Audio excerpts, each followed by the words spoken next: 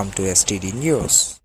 రాబోయే సార్వత్రిక అసెంబ్లీ ఎన్నికల్లో సూలూరుపేట కాన్స్టిట్యుయెన్సీ నుండి కాంగ్రెస్ పార్టీ తరపున పోటీ చేసేందుకు సిద్ధంగా ఉన్నానని, పార్టీ అవకాశం కల్పించాలని నాయుడుపేట మున్సిపల్ పరిధిలోని జువ్వలపాలెంకు చెందిన న్యాయవాది గాడి తిలక్బాబు కోరారు.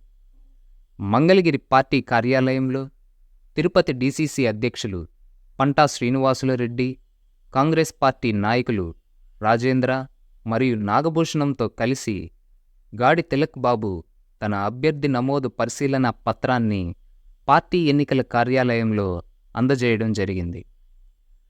తమిళనాడులోని అన్నా విశ్వవిద్యాలయంలో వ్యవసాయం నందు డాక్టర్ ఆఫ్ సైన్స్ చేసిన నాకు రైతుల కష్టాలు తెలుసని, న్యాయవాది వృత్తిలో ఉన్న నాకు చట్టాలు, వాటి అమలుపై అవగాహన ఉందని, ప్రజలకు చట్టబద్ధమైన, న్యాయబద్ధమైన రక్షణ కల్పించి మరియు సేవ చేయాలనే లక్ష్యంతో వచ్చే ఎన్నికల్లో కాంగ్రెస్ పార్టీ నుంచి సూళ్లూరుపేట అసెంబ్లీ అభ్యర్థిగా పోటీ చేసేందుకు సిద్ధంగా ఉన్నానని ఆయన తెలియజేశారు.